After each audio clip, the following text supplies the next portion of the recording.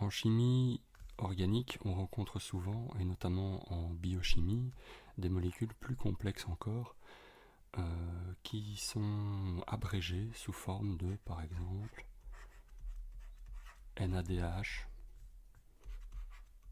NAD+. Voici deux espèces chimiques qui appartiennent au même couple et qui intervient dans la respiration cellulaire.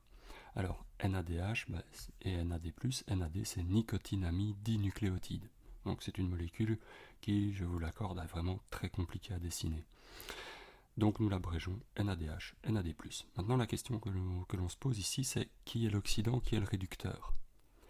Comment écrire une réaction redox liée à cette espèce?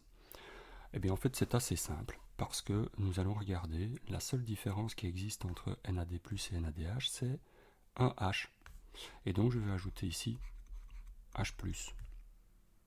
Comme j'ai deux charges positives de ce côté-ci, je vais ajouter 2 électrons, et ma réaction est terminée.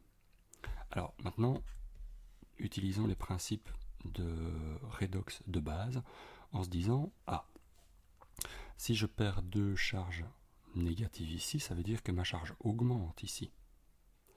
Je vois que j'ai un plus, j'avais 0, donc j'ai bien ici une oxydation.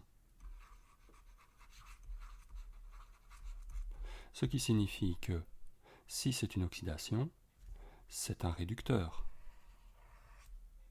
NADH est le réducteur et il s'oxyde.